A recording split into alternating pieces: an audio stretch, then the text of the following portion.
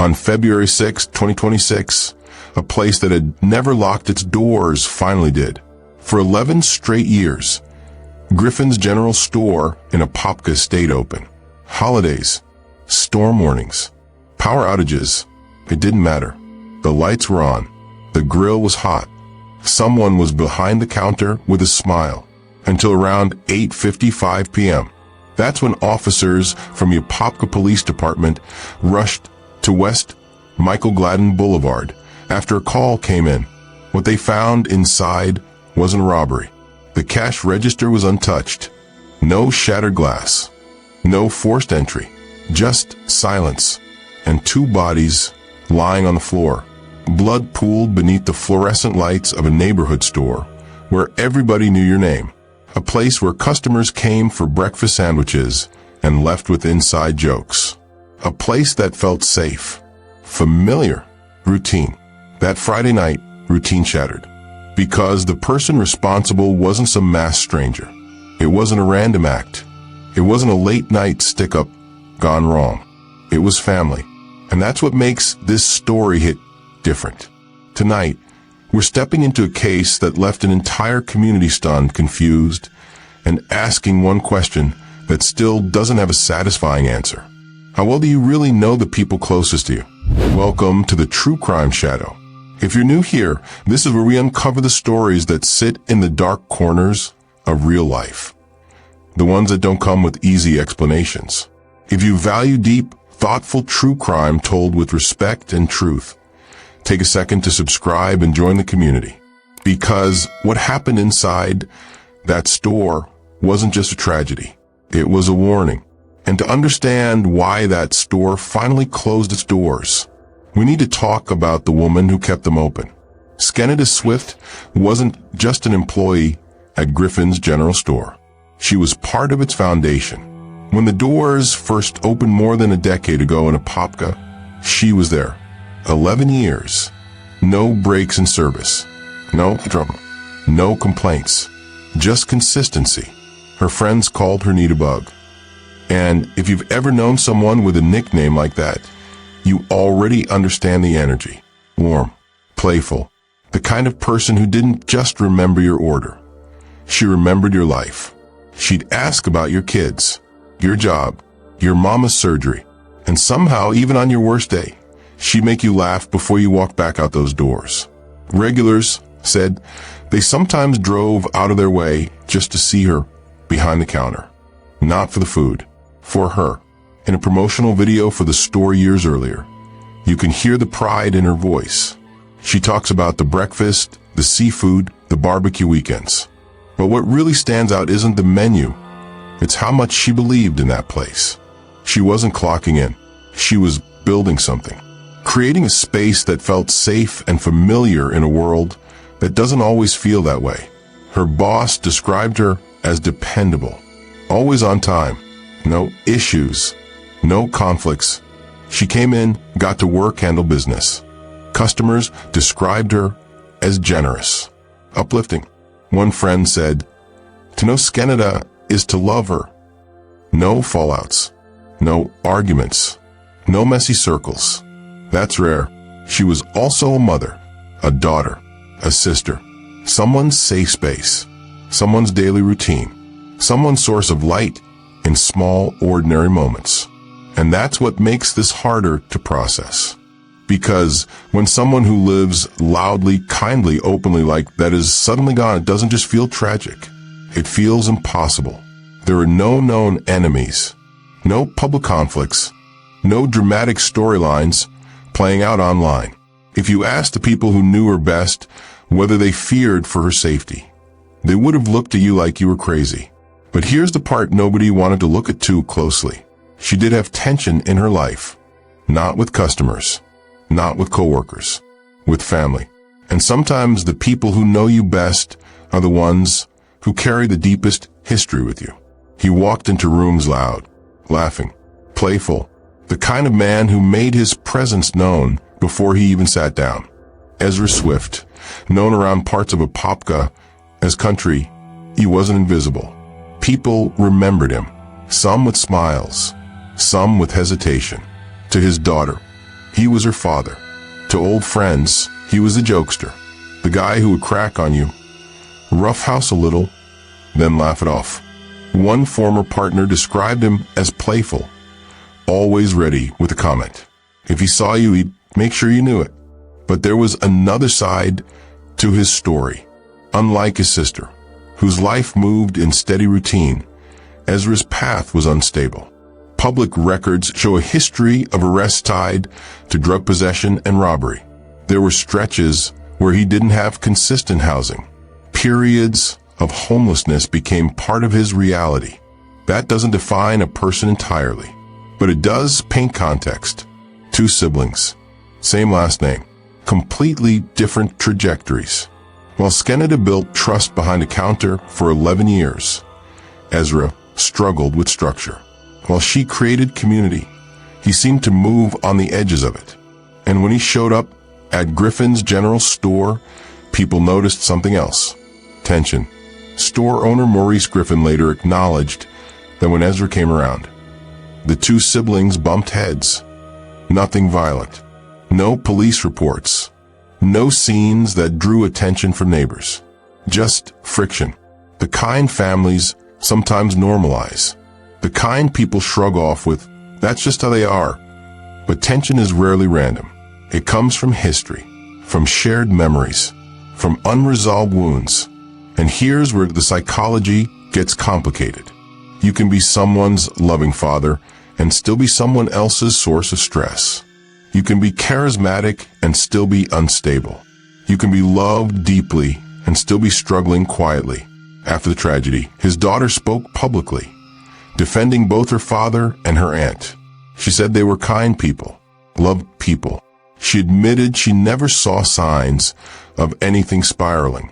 And that's what unsettled so many people.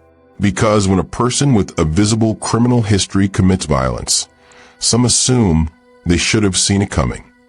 But the truth is, most people around Ezra didn't describe him as explosive. They described him as loud, yes. Complicated? Yes.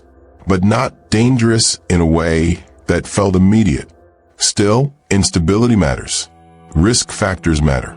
And although there's no official report confirming what led to that night, some online discussions have speculated about possible financial strain or personal struggles weighing on him. It's important to say clearly, there's no verified evidence confirming motive, no official explanation tying money, mental health, or a specific argument to what happened. But when lives move in opposite directions under the same roof of family history, friction can build quietly, and quiet friction can be dangerous. Because sometimes the biggest differences between 2 people aren't visible from the outside. They're felt in private moments. And on February 6th, whatever existed beneath the surface finally rose. At 6:30 p.m., everything still felt normal. A close friend had stopped by Griffin's general store like he had done countless times before. Schenita Swift was behind the counter, smiling, joking, moving with that familiar rhythm she'd mastered over 11 years. Nothing in her tone suggested stress. Nothing in her body language hinted at fear. He left around 6:30. That was the last confirmed moment she was seen alive by someone who knew her well. Sometime after that, Ezra Swift arrived at the store. The exact minute isn't publicly documented. Investigators never released a second-by-second breakdown. What we do know is that he entered willingly. There were no signs of forced entry, no shattered doors, no struggle at the threshold, which means he wasn't an intruder. He was let in or simply walked in like he had before. Between 6:30 and around 8:55 p.m., something shifted. We don't know what words were exchanged. We don't know if it started calm and escalated or if tension was immediate. There's no released audio, no detailed public transcript. That window, roughly 2.5 hours, is where the unanswered why lives. At around 8:55 p.m., officers with the Apopka Police Department received the call. Patrol units were dispatched to West Michael Gladden Boulevard in Apopka. Lights cut through the Friday night. Sirens broke the routine hum of the neighborhood. Inside, they found both siblings deceased. No overturned shelves. No emptied register. No evidence of robbery. The weapon was recovered at the scene. Shell casings. Blood spatter patterns. Positioning of the bodies. All of it told investigators this was not random. This was contained. Personal. By Monday morning, after a weekend of reviewing forensic evidence, surveillance footage, and witness statements, the Apopka Police Department released their official findings. The statement was brief, clinical, final. Investigators determined that Ezra Swift fatally shot his sister, Schenita Swift, before turning the gun on himself. Evidence confirmed it was an isolated domestic incident between two adult siblings. No outside suspect, no ongoing threat, no additional updates would be released. Case closed, legally, but emotionally, that 2.5-hour window still echoes. Because here's what makes it unsettling. There were people nearby. The store was known to stay open late. It wasn't some abandoned warehouse. It was a community hub. And yet, whatever happened inside those walls unfolded without interruption. No one stepped in. No one called sooner. No visible warning that something had crossed a point of no return. And that's the part that lingers. What was said in those final moments? Was there a build-up we'll never understand? Or was it sudden? A snap decision that changed everything in seconds? The official conclusion answered how. But it left the most human question untouched. Why? Ezra's daughter later spoke publicly, expressing shock. She said she didn't know of any ongoing struggle between. That the murder thing took her back. She was grieving two people at once. Her father and her aunt. That's a complicated kind of grief. How do you mourn someone who caused irreversible harm? How do you love someone and condemn what they did at the same time? That emotional contradiction rippled through Apopka. Outside Griffin's general store, flowers began to appear. Balloons, candles, handwritten notes taped to the windows. For the first time in 11 years, the store doors were locked. Lights off. Silence where laughter used to live. People gathered, not just to mourn Schenita, but to process the shock of what had happened inside a place that once felt ordinary, safe, predictable. And maybe that's what unsettles people most. This wasn't a chaotic street altercation. It wasn't a robbery gone wrong. It wasn't strangers colliding in violence. It was two siblings. One moment, they were alive. The next, both gone. The investigation ended with certainty about what happened. But certainty about how doesn't bring peace when the why remains buried. And sometimes the absence of explanation is louder than any courtroom verdict could ever be. The hardest part isn't what we know. It's what we never will. Because once the Apopka Police Department closed the case, the official narrative stopped moving. No new briefings. No extended motive. No psychological breakdown released to the public. Just a final determination and silence. But silence creates space. And in that space, questions grow. What happened in those final 2.5 hours inside Griffin's general store? Did the conversation start calmly? Was there tension that had been building for years? Or did something small spiral into something irreversible? There's been quiet online speculation. Some community members have wondered if financial stress played a role.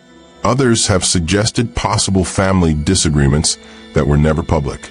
It's important to say clearly, there's no verified evidence supporting any specific motive.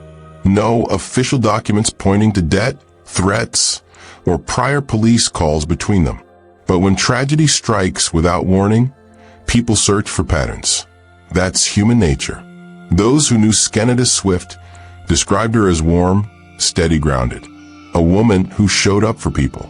That image clashes sharply with the idea of a final confrontation, which makes some ask, was there something she was carrying privately that no one saw? And then there's Ezra Swift. Two roles now permanently tied together, brother and perpetrator.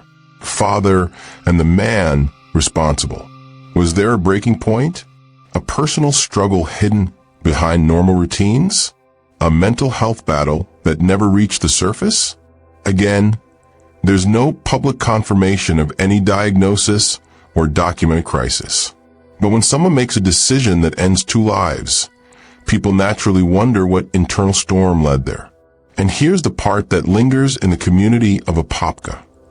There were no loud warning signs, no viral social media meltdown, no public restraining order, no dramatic police standoff, just a regular Friday night. That's what makes it unsettling, because it forces a bigger question. How well do we really know the people closest to us? How many silent conflicts sit beneath polite smiles at family gatherings? How many pressures go unspoken until they explode in ways no one expects? When tragedy comes from inside a family, it shatters more than lives. It fractures identity, memory, legacy. For Schenita, her name now carries both love and loss. For Ezra, his name carries something far heavier. And for their family, every holiday from this point forward will have 2 empty chairs instead of 1. There won't be a courtroom moment of closure. No final testimony explaining motive. The answers left this world with them. And maybe that's the most haunting part of all. Not the sirens, not the flashing lights, not even the official report. It's the permanent echoing question mark that now hangs over a store that once felt ordinary. Some stories end with justice. This one ended with silence. And whether that silence protects the truth or buries it is something no one in Apopka can fully answer. The aftermath didn't come with headlines. It came with quiet mornings. In the days after the investigation closed, grief in Apopka took on a complicated shape. This wasn't a case where the community could rally behind one clear villain and one clear victim. It was a family tragedy. And that makes mourning feel different, heavier, conflicted. Because while Schenita Swift was remembered as the heart of Griffin's general store, Ezra Swift was also someone's father, someone's brother, someone who once had his own circle of people who cared about him. And that's where the grief becomes layered. Flowers at the storefront honored Schenita. Candles flickered for her warmth, her laugh, her steady presence behind the counter. But behind closed doors, some family members were also mourning Ezra, wrestling with love for the man they knew and the irreversible act he committed. It's a kind of emotional contradiction most people never have to face. How do you speak at a funeral when your heart is split in 2 directions? How do you comfort children who lost a parent while knowing what that parent did? Ezra's daughter publicly expressed disbelief, describing the shock of losing both her father and her aunt in the same night. That's not a grief you prepare for. It's not a loss that fits neatly into categories. It's trauma layered on top of trauma. There's also the quiet weight of reputation. In small communities, names linger.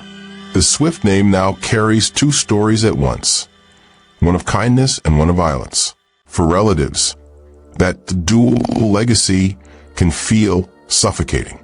And then there's the store. For 11 years, Griffin's general store wasn't just a business. It was routine, familiarity, the kind of place where people stopped in just to say hi. After February 6th, those doors didn't open the same way. The lights being off became a symbol, a reminder that something permanent had changed. Even for those who didn't know the siblings personally, the psychological impact is real. When violence comes from within a family, in a space that once felt safe, it unsettles people. It forces uncomfortable reflection. If it happened there, could it happen anywhere? But beyond the fear is something quieter.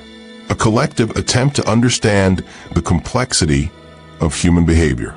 To hold space for a victim without turning the entire story into something one-dimensional.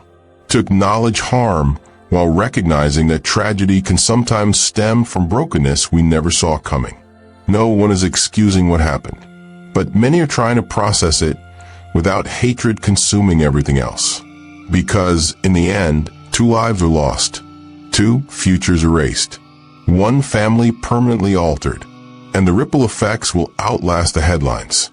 Years from now, people in Apopka may still reference that night at the store. Not because of gossip, but because of how deeply it shook the illusion that we fully understand the people closest to us. Some cases leave anger. This one left confusion, sadness, and a kind of quiet grief that doesn't know where to land. And maybe that's the final uncomfortable truth. Sometimes tragedy doesn't give us a clear villain to hate. Sometimes it forces us to confront how fragile human stability really is. Domestic violence doesn't always look like what we expect. It's not always a husband and wife. It's not always a boyfriend and girlfriend. Sometimes it's siblings. Sometimes it's parents and children. Sometimes it's the people you've loved your entire life. And often the warning signs are subtle. The tension you shrug off, the arguments you write off as normal family drama, the moments you avoid because being around them is just uncomfortable. Those small, simmering conflicts can hide something far more dangerous than anyone realizes. Think about your own life for a moment. Who are you checking on today? Who in your family, your circle, or your community might be struggling in silence? Who's carrying weight they're not sharing? Whose shadow you can't see until it's too late?